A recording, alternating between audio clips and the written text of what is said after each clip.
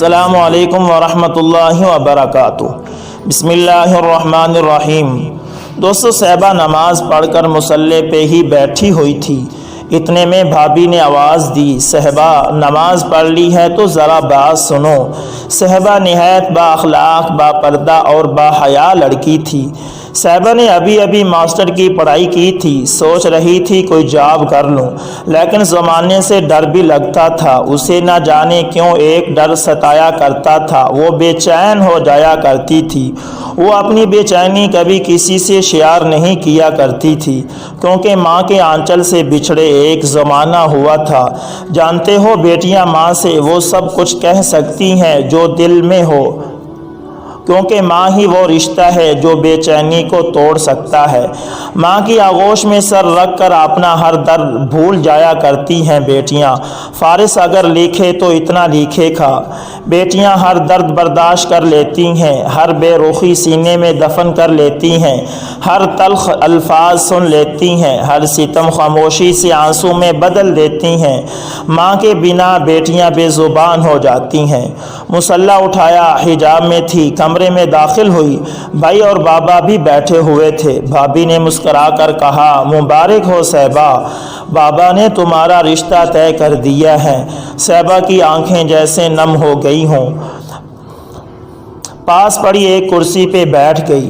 بابا بتانے لگے، اللہ کے کرم سے پڑھا لکھا ہے لڑکا، نوکری چاکری ہے، بڑا گھر ہے، اس کے پاس کار بھی ہے اور فیملی بھی چھوٹی سی ہے، بس ایک ماں ہے۔ صحبہ کہنا چاہتی تھی، بابا مجھے ابھی شادی نہیں کرنی، لیکن بابا نے تو اپنا فیصلہ سنا دیا تھا۔ بھائی کی طرف دیکھنے لگی، بھائی نے لمبی سانس بھری، لے بھائی صحبہ بھی اپنے گھر کی ہو جائے گی۔ صحبہ کا دل تڑپا، وہ بہت کچھ کہنا چاہتی تھی لیکن خاموش تھی۔ بابا نے چاچو لوگوں کو بلایا، ان کے ساتھ مشاورت کرنے لگے۔ سب نے کہا، سوچنے کی کوئی ضرورت نہیں، لڑکے کے پاس اچھی نوکری ہے، کار ہے، تو اس سے زیادہ اور کیا چاہیے، اپنی صحبہ تو راج کرے گی۔ صحبہ کمرے میں بیٹھی، پرانا سا صندوق کھولا، امی کی تصویر نکالی، امی کی تصویر چومی۔ امی اب اس گھر میں کچھ دنوں کی مہمان ہوں میں، لیکن ایک دل میں خوشی بھی تھی کہ اچھا ہم سفر ہوگا، میرا بہت سارا خیال رکھے گا، میں اس کے لاڈ اٹھاؤں گی۔ شادی کا دن تھا، اپنے کپڑے ایک بیگ میں ڈال رہی تھی، بھابھی نے آواز دی، ارے او صحبہ، جو کام کے کپڑے ہیں وہ رکھ لو، باقی میں پھینک دوں گی۔ امی کا پرانا سا ایک دوپٹہ تھا، اس کو سینے سے لگایا، امی کی خوشبو ساتھ لے جا رہی ہوں۔ پھر نکاح ہوا، سکندر کو 3 بار اللہ کو گواہ بنا کر قبول کر لیا۔ صحبہ اب سکندر کی ہمسفر بن گئی تھی، الوداع ہو چکی تھی، سکندر کا ہاتھ تھامے چلی گئی۔ صحبہ نے نماز ادا کی، سکندر موبائل کے ساتھ مصروف تھا۔ صحبہ ایسا سے بولی، آپ بہت پیارے لگ رہے تھے۔ سکندر مسکرایا، کم آپ بھی نہیں ہو، بالکل کسی شہزادی کی مانند لگ رہی تھی اب۔ اچھا بتاؤ تم کو کیسا ہم سفر چاہیے تھا؟ صحبہ ہلکا سا مسکرائی، بس اللہ سے دعا مانگا کرتی تھی، اے اللہ کوئی عزت کرنے والا شہزادہ ہو، اور اللہ کا شکر ہے کہ مجھے آپ مل گئے ہیں، اس کے سوا مجھے کچھ نہیں چاہیے۔ سکندر مسکرایا، واہ جی آپ تو بہت اچھی ہیں، اچھا بتائیے کبھی زندگی میں پیار ہوا کسی سے؟ صحبہ نظریں جھکا کر بولی، بالکل نہیں، کبھی اس طرف دھیان ہی نہیں گیا۔ سکندر ایسا سے بولا، اچھا سنیے، امی کا بہت سارا خیال رکھنا، میری دنیا میری ماں ہے، اور میں چاہتا ہوں آج سے تم بھی میری ماں کو اپنی ماں سمجھو۔ صحبہ بہت خوش تھی، سکندر جی میں آپ کی ماں کو امی جان کہا کروں گی، مجھے اللہ نے ماں عطا کی ہے، میں اللہ کا شکر ادا کرتی ہوں۔ سکندر مسکرانے لگا۔ کچھ دن گزرے، صحبہ کھانا بنا رہی تھی کہ ساس کچن میں آئی، بات سن لڑکی۔ صحبہ مسکرا کر بولی، جی امی جان، یہ کچن میں نہ آیا کر، اپنے لیے کچھ کھانا بنانا ہو تو بنا لیا کر، میرے لیے تم کو کچھ بنانے کی ضرورت نہیں۔ صحبہ ایسا سے بولی، لیکن امی جان ایسا کیوں بھلا؟ ساس منہ سا بنا کر بولی، کیونکہ مجھے کسی کے ہاتھ کا کھانا پسند نہیں ہے۔ صحبہ خاموش ہو گئی، اپنے کمرے میں چلی گئی۔ سکندر بھائی اپنی جاب پہ چلا گیا۔ وہ دوسرے شہر میں جاب کرتا تھا، مہینے میں صرف 2 دن کے لیے ہی گھر آتا تھا۔ صہبا آج کچھ اداس تھی، سکندر کو فون کیا۔ سکندر، میرا دل گھبرا رہا ہے، نہ جانے کیوں۔ سکندر نے عجیب سا رویہ برتا۔ یار تم کو پتا ہے میں اس وقت آفس میں ہوں، یہ آفس کا ٹائم ہے، مجھے اس وقت کال نہ کیا کرو۔ فون بند کر دیا۔ صہبا چپ ہو گئی، ساس کے پاس جا کر بیٹھ گئی اور ساس اپنی بیٹی سے فون پر بات کر رہی تھی۔ بیٹی اپنے شوہر کے ساتھ لندن رہتی تھی۔ صہبا آرام سے بولی، امی جان کیا آپ کے پاس لیٹ جاؤں؟ مجھے نہ جانے کیوں بے چینی سے ہو رہی ہے۔ ساس نے منہ سا بنایا، کتنی بار بکواس کی ہے میں نے، جب میں فون پہ بات کر رہی ہوں تو میرے پاس نہ آیا کر، سمجھ نہیں آتی تم کو؟ صہبا چپ ہو گئی، اپنے کمرے میں چلی گئی۔ تنہا بلک تنہا رہی تھی، میکے سے بھی وہ تنہا تھی۔ بھائی کبھی 6 ماہ بعد فون کر لیتا، ورنہ وہ بھی نہیں۔ آج 1 مہینہ گزر گیا تھا، سکندر نے آج گھر آنا تھا۔ صہبا خود کو سنوارنے لگی، سجنے لگی۔ آج چہرے پہ طرح طرح کے فیشل کرنے لگی، آنکھوں میں کاجل ڈالا، ہاتھ پہ مہندی لگائی، کیونکہ میری دھڑکن سکندر آج آ رہا تھا۔ کبھی آئینے کو دیکھتی، کبھی دروازے کی جانب، بے چین ہو رہی تھی۔ آج تو ٹائم بھی نہیں گزر رہا تھا۔ پھر شام کا وقت ہوا، دروازے پہ گھنٹی بجی۔ ماں نے دروازہ کھولا، سکندر مسکراتے ہوئے ماں سے ملنے لگا۔ سامنے کھڑی دھڑکن بے قابو سے صہبا مسکرا رہی تھی۔ سکندر نے صہبا سے سلام کیا، امی کے پاس بیٹھ گیا۔ صہبا پانی لے کر آئی، پاس بیٹھ گئی۔ ساس صہبا سے کہنے لگی، تو جا اپنے کمرے میں، سکندر تھوڑی دیر تک آئے گا۔ سکندر صہبا کی طرف دیکھ کر ہلکا سا مسکرایا۔ صہبا اپنے کمرے میں چلی گئی۔ 2 گھنٹے گزرے، دونوں ماں بیٹا بازار چلے گئے کچھ شاپنگ کرنے۔ صہبا انتظار کرتی رہی، 11 بجے واپس آئے۔ پھر لندن بیٹی کو فون ملایا، دونوں ماں بیٹا دیر رات تک ان سے باتیں کرتے رہے۔ صہبا انتظار کرتے کرتے سو گئی۔ اچانک آنکھ کھولی تو دیکھا صبح کے 8 بج رہے تھے۔ صہبا آنکھ ملتے ہوئے اٹھی، سکندر تو اپنے دوستوں کے پاس جا چکا تھا۔ ساس سے ڈرتے ہوئے پوچھنے لگی، امی جان سکندر کہاں گئے ہیں؟ ساس نے طنز کرتے ہوئے بولا، تم سو رہی تھی، تم کو کیا فکر؟ دوسری رات آئی، سکندر 12 بجے گھر آیا۔ صہبا جاگ رہی تھی، سکندر کی طرف حسرت بھری نگاہوں سے دیکھنے لگی۔ میری جان یہ کیسا گھر آنا ہوا، سارا دن تو آپ مصروف رہتے ہیں۔ سکندر ایسا سے بولا، یار صبح بات کریں گے، میں تھک گیا ہوں، نیند بہت آئی ہوئی ہے۔ صہبا بہت کچھ کہنا چاہتی تھی لیکن چپ ہو گئی۔ وقت گزرنے لگا، 2 سال گزر گئے، آج بھی وہی حال تھا۔ سکندر گھر آتا، ماں سے ملتا، ماں کے ساتھ شاپنگ کرنے جاتا، پھر دوستوں کے پاس چلا جاتا۔ صہبا محبت کے 2 الفاظ سننے کے لیے ترس گئی تھی۔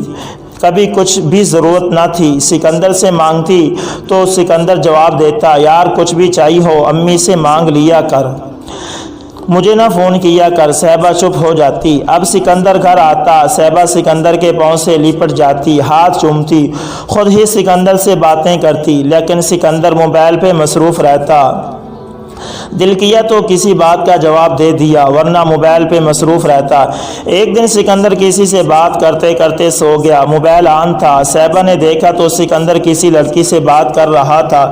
جب اس کی واٹس ایپ دیکھی تو درجنوں لڑکیوں کے نمبرز تھے، فحاش باتیں، فحش تصویر۔ صہبا کا دل پھٹ گیا ہو جیسے، رونے لگی۔ سکندر میں ترس گئی ہوں آپ کے منہ سے 2 بول محبت کے سننے کے لیے، اور آپ ہیں کہ دوسری لڑکیوں کے ساتھ کبھی ڈنر پہ جا رہے ہیں تو کبھی کسی ہوٹل پہ۔ رو رو کر رات گزاری۔ سکندر پھر واپس اپنی ڈیوٹی پہ چلا گیا۔ صہبا اب اندر کی اندر ختم ہو رہی تھی، ہم سفر دغا دے رہا تھا۔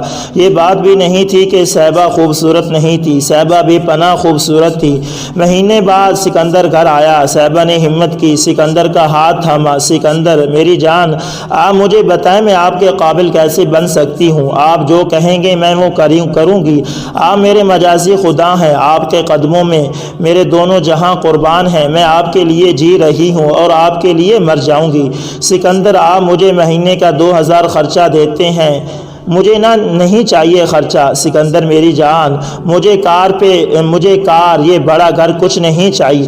سکندر کبھی مجھے اپنا کہو، مجھے سینے سے لگاؤ۔ آج 2 سال گزر گئے ہیں، مجھ سے کبھی کسی بات کا مشورہ نہیں کیا، مجھے نہ آپ سے مجھے نہ آپ محبت سے بلاتے ہیں نہ امی جان، اور امی جان مجھے سمجھتی بھی نہیں ہے اور مجھے کچھ سمجھ بھی نہیں رہی ہیں۔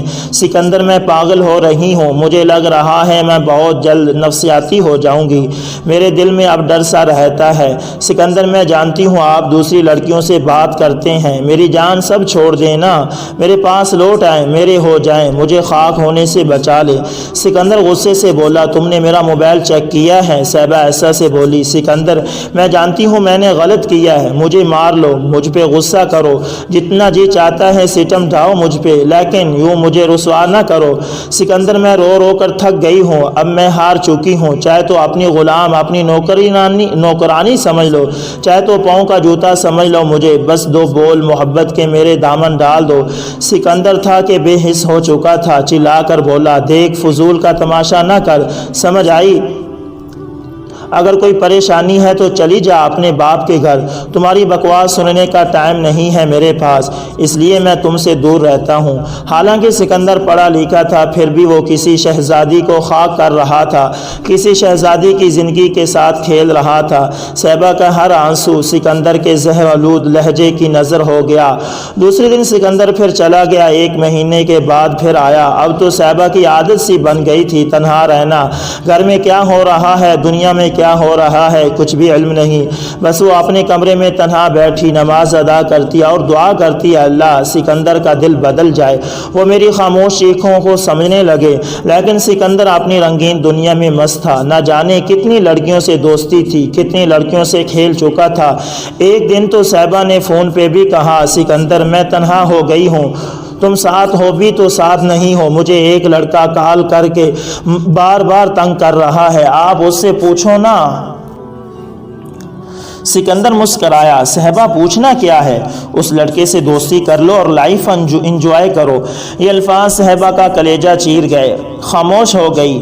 زندگی کیا بن گئی ہے، میں کیا ہوں، میری حیثیت کیا ہے، میرا وجود کیا ہے؟ لاکھوں سوالات تھے، ہزاروں شکوے تھے، لیکن صاحبہ ہمت نہیں ہار رہی تھی۔ آج بھی سکندر جب گھر آتا، صاحبہ سکندر کے پاؤں چوم لیتی، قدموں پہ سر رکھ کر بیٹھ جاتی۔ آج بھی صاحبہ اپنے سکندر سے محبت کی بھیک مانگتی، ہاں اب زبان سے کوئی الفاظ نہیں ادا کرتی، بس خاموشی سے اپنی محبت نبھا رہی تھی۔ سکندر کا بہت خیال رکھتی تھی، مزے مزے کے کھانے بناتی، لیکن سکندر ہوٹل سے کھانا کھا لیتا تھا، پھر خود سے باتیں کرنے لگتی، کیا کروں، میرا سکندر تو میرا ہو کر بھی میرا نہیں، پتہ نہیں میری دعائیں کب قبول ہوگی۔ سب کہتے ہیں طلاق لے لو، میں کہاں جاؤں گی دامن دار لے کر، میری ماں بھی نہیں ہے جس کی آغوش میں چھپ جاؤں۔ آج 5 سال گزر گئے، سکندر کو مانگتے مانگتے بھیک بھی مانگ لی، پاؤں بھی پکڑ لیے، اللہ کا واسطہ بھی دیا، لیکن سکندر پتھر بنا ہوا ہے۔ صاحبہ تو اب اپنی وفاداری نبھا رہی تھی، لیکن آخر کب تک؟ صاحبہ کب تک یہ سب کرے گی؟ سکندر کو اپنی ماں اور بہن عزیز ہے، یہ نہیں کہ یہ غلط ہے، لیکن صاحبہ کے بھی تو کچھ حقوق ہیں۔ آج 5 سال گزر گئے ہیں، سکندر نے تو بات تک نہیں کی صاحبہ سے، جب بھی گھر آتا ہے نہ جانے کس سے فون پہ باتیں کرتا ہے۔ اب صاحبہ نے تو شکوہ بھی چھوڑ دیا تھا، اب تو سارے سوالات بھی ختم ہو گئے، اب صاحبہ ایک زندہ لاش کی مانند تھی۔ کیا فرق پڑتا ہے اب سکندر ساتھ ہو یا نہ ہو، کیا فرق پڑتا ہے اب کوئی ساتھ نبھائے یا نہ نبھائے؟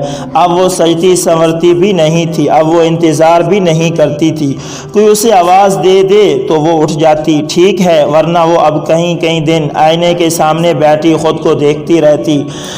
کل ہی کی تو بات ہے، اس نے غور سے دیکھا تو اس کا آدھے سر کے بال سفید ہو چکے تھے، ابھی عمر ہی کیا ہے، صرف 27 برس ہیں۔